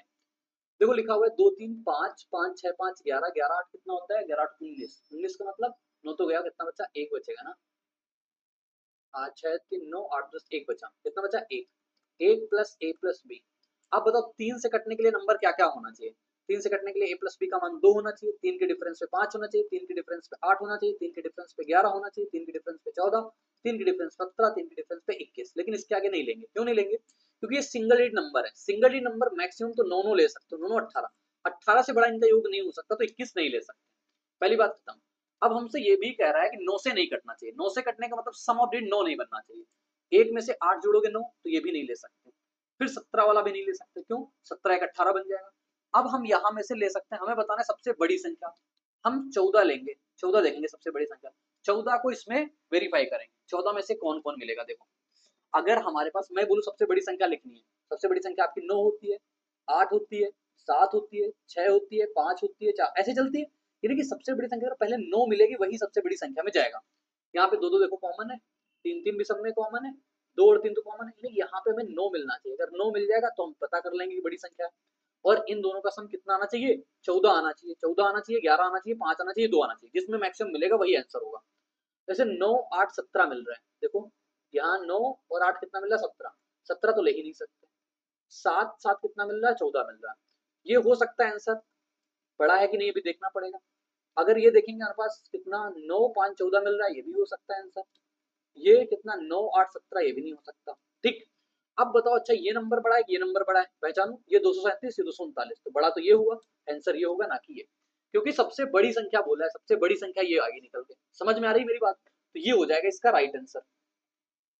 6 घंटियां सुबह 7:59 एक साथ बजना शुरू करती हैं, क्रमशः 3 6 9 12 15 सेकंड के अंतराल पर बजती हैं। सुबह 8:16 बजे तक वे कितनी बार बजेंगे। सबसे पहले बताओ, अच्छा एक साथ घंटियां कब बजेंगी। इनका एलसीएम होता है, ये कंसेप्ट सभी लोग पढ़ते हो। इनका एलसीएम होता है क्या, 3 6 9 12 15 का एलसीएम कितना निकल के आएगा, 15 12 180, 180 आएगा सबका निकल के, 180 सेकंड, यानी कि 3 मिनट। 180 सेकंड और 3 मिनट बाद मिलेंगे। 7:59 से लेकर 8:16 तक कितने मिनट हो गए, 17 मिनट। 17 मिनट में एक 3 मिनट में एक बार बजती है। 17 मिनट में कितनी बार बजेंगी, मैक्स टू मैक्स 5 बार बजेंगे। 5 बार मैक्सिमम बच जाएंगे, 3 बचे 15, तो बाकी तो बजेंगे नहीं। तो 5 बार मैक्सिमम बच जाएंगे, कितने बार, 5 बार। ये एसएससी क्वेश्चन है, 5 बार मैक्सिमम बजेंगे। तो ये क्वेश्चन भी आप तैयार करके जाना। सबसे पहले निकाल लिया कितने मिनट में एक साथ बजती है, फिर 17 मिनट में टोटल कितनी बार बजेंगी, बात बन गई। अब ये लिखिए हमारे पास वल्गर फ्रैक्शन। ये क्या होता है, जिसके ऊपर हमारे पास बार लगा होता है उतने 9 लगाते हैं, जिसके ऊपर बार नहीं लगा होता उससे 0 लगाते हैं। जैसे यहाँ पे 1 के ऊपर बार लगा, 1 कितने के ऊपर बार नहीं लगा हमारे पास, 0 0। इसमें से घटाते भी हैं, ऐसे भी लिखोगे। लिखने का पूरा तरीका ये है, 1 - 0 0 और बट्टे का हमारे पास 9 के आगे 2 0 प्लस यहाँ पे 1 के ऊपर पूरे के ऊपर लगा है तो 9 और 9, 2 अंक है तो 2 लिखेंगे। यहाँ पे 1 अंक है तो 1 लिखेंगे। तो कितना निकल जाएगा, पूरा में कितना कॉमन ले लूँ, 90 99 100। अब देखो यार, 99 100 तो आ ही रहा, ये नहीं हो सकता, ये नहीं हो सकता, ये नहीं हो सकता, उत्तर मिलेगा ये। तो ये आ जाएगा 1211, क्योंकि नीचे से ही मिल गया हमारे पास 99 100। ठीक है, आगे देखो ये 1.5 मीटर 1.25 मीटर आयाम वाले एक आयताकार पाइप के माध्यम से 200 मीटर 150 मीटर आयाम वाली एक टंकी में 20 किलोमीटर पर आवर की चाल से पानी भरा जाता है। कितने समय में पानी के स्तर में 2 मीटर की वृद्धि होगी। समझना बात को। जैसे मान लो कोई पाइप है, ऐसा वाला पाइप देखा होगा घर में होता है ऐसा पाइप, इसकी लंबाई चौड़ाई पता है 1.5 और 1.25 दिया हुआ है। यहाँ से इसका इतना एरिया में पानी निकलेगा, इतने में पानी निकलेगा, पानी किस स्पीड से आएगी उसकी हाइट हो जाएगी। तो हम यहाँ पे भी क्या करते हैं, वॉल्यूम इक्वल। तो ये कंसेप्ट ही है, सबसे ज्यादा पूछा जाता है, चाहे एसएससी हो, चाहे रेलवे हो, चाहे कुछ भी हो। इसका वॉल्यूम लिखो, कैसे लिखोगे, 1.5 1.25 मीटर वॉल्यूम। हाइट क्या होती है, जितनी फोर्स से पानी की स्पीड, पानी की स्पीड जो होती है वो हाइट होती है, एच बराबर speed of water. Speed of water कितना, 20 किलोमीटर पर आवर। 20 किलोमीटर में दिया हुआ है, सारा डेटा मीटर में है, इसको 1000 करेंगे। घंटे में है, मिनट में बना लिया। कितने मिनट चलेगा, टी मिनट चलेगा, लिख लिया पूरा। देखो 60 मिनट में इतना जाता है, तो 1 मिनट जाने के लिए, टी मिनट जाने के लिए 30 से गुणा कराया, कितना गया। अब ये पानी किसको भर रहा है, 200 मीटर का टैंक है, 150 मीटर का टैंक है, और इसकी पानी में कितने की वृद्धि चाहिए, 2 मीटर की वृद्धि चाहिए। बस इतना कंसेप्ट है, काटो पीटो उत्तर आ जाएगा। काटेंगे पीटेंगे, 20 से काटेंगे 3 बार में, 3 बार में डेसिमल हटाया, 3 जीरो लगाया, 3 जीरो से 3 जीरो खत्म हो गए, 3 से काटा 5 बार में, 25 पंचे 125 होता है, 25 छः का 150 होता है, 5 पंचे 25, 25 अट्ठे 200, 8 छः का 48 दूना 96, यानी कि 96 मिनट चलेगा। 96 मिनट चलाना पड़ेगा तब जाके उतने टैंक में 2 मीटर की वृद्धि हो पाएगी। बात क्लियर कट समझ में आ रही? ये बात आप समझना, वैल्यूम इक्वेट कराते हैं। एच जो होता है ये स्पीड ऑफ वाटर हो जाती है। ठीक, समय का ध्यान रखना, समय का ध्यान रखना मतलब अगर किलोमीटर पर घंटे में है तो उसको हमें मिनट में बनाना पड़ेगा।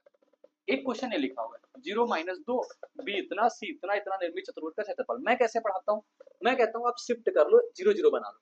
0 बनाने के लिए देखो यार, मैंने पढ़ाया कोऑर्डिनेट ज्योमेट्री यूट्यूब पे, बहुत बढ़िया क्लास दी हुई है। यहाँ प्रैक्टिस करा रहे हैं तो आपको थोड़ा फ्लो में चीजें सिखाना चाहते हैं। तो ये 0 कर लिया, इसको 0 करने के लिए +2, तो यहाँ पे भी 0 +2, यहाँ पे भी 0 +2, यहाँ पे भी 0 +2 करेंगे। कितने निकल गए नए कोऑर्डिनेट? 0, 0, एक को बना लेते हैं। इधर कितना बचेगा? 0 0 नहीं 2, 2, 3, यहाँ पे कितना बनेगा? 0, 4 2 6, यहाँ कितना बचेगा? -2, 3। अब लिखो, कैसे लिखोगे? मैं लिखता हूँ 4 बार लिखता हूँ, 0 0 2 3 0 6 -2 3, एक बार जितना 0 0 ऊपर उसको रिपीट करना। अब एरिया निकालना है, एरिया निकालना है, हाफ ऑफ लगाओ, हाफ ऑफ लगाओ, लिखो इसका गुणा करो। ये 0 0 क्यों बनाना? क्योंकि कैलकुलेशन आसान पड़ जाए और कोई दिक्कत नहीं, इससे भी करके करोगे। लिखो ऐसे ही, इतना ही लिखो, यही लिखो, करोगे तब भी सेम आएगा। इसका देखोगे तो 0 बनेगा, यहाँ से भी 0, यहाँ से देखो 6 2 का 12, ये 0, तो कितना बचा? 12।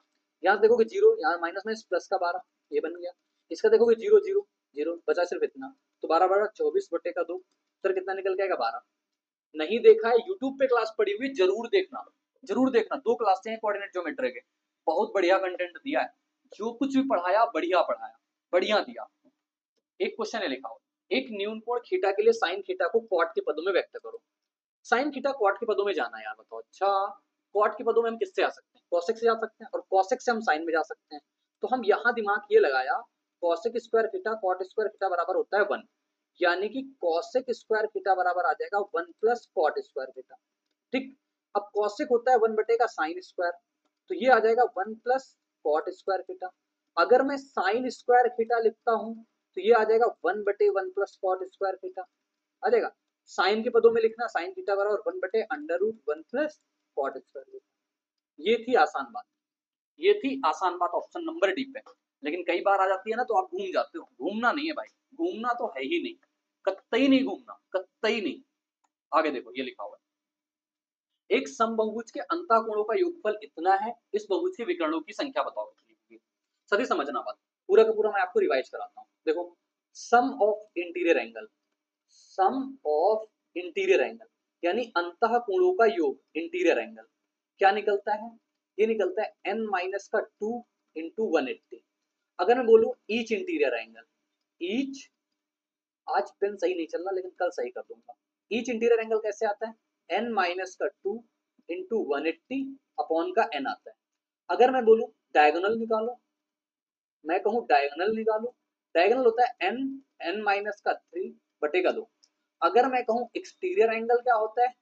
एक्सटीरियर एंगल क्या होता है? 360 अपॉन का n होता है। ठीक, सम ऑफ एक्सटीरियर एंगल कितना होता है हमारे पास? 360 होता है। ठीक, इतनी बातें आपको तैयार रखनी है। देखो, ये जो बैच है ना, रेलवे प्रैक्टिस बैच, फिर से कह रहा हूँ 30 क्वेश्चन तो आज आपने देखे, एक क्लास से आप जज मत करना। ठीक, वैसे तो मैंने पूरे के पूरे क्वेश्चन आपको दिखाए, कितने अच्छे अच्छे लेवल के क्वेश्चन है, लेकिन जब 25 सेट होंगे, 20 सेट होंगे, 10 सेट होंगे, उसके बाद आप अपना कॉन्फिडेंस देखना।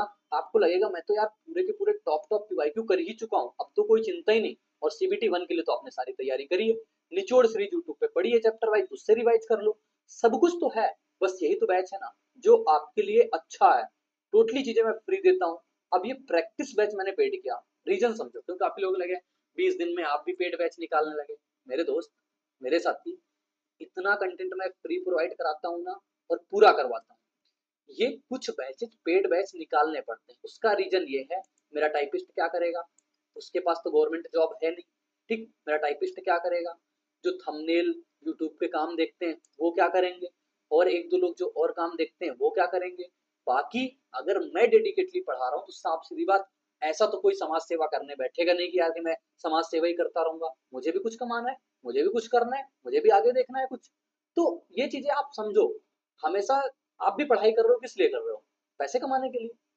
मैं भी अगर आपको पढ़ा रहा हूँ, रात रात में कंटेंट निकालता हूँ, रात में सारी चीजें प्रिपेयर करवाता हूँ, मेरा टाइपिस्ट अगर रात में 3 बजे तक जग के काम मेरे साथ कर रहा है, मेरे थंबनेल कोई रात में अगर 2 बजे तक 3 बजे तक बना रहा है, तो यार कोई ना कोई पैसे के लिए तो काम कर रहा है।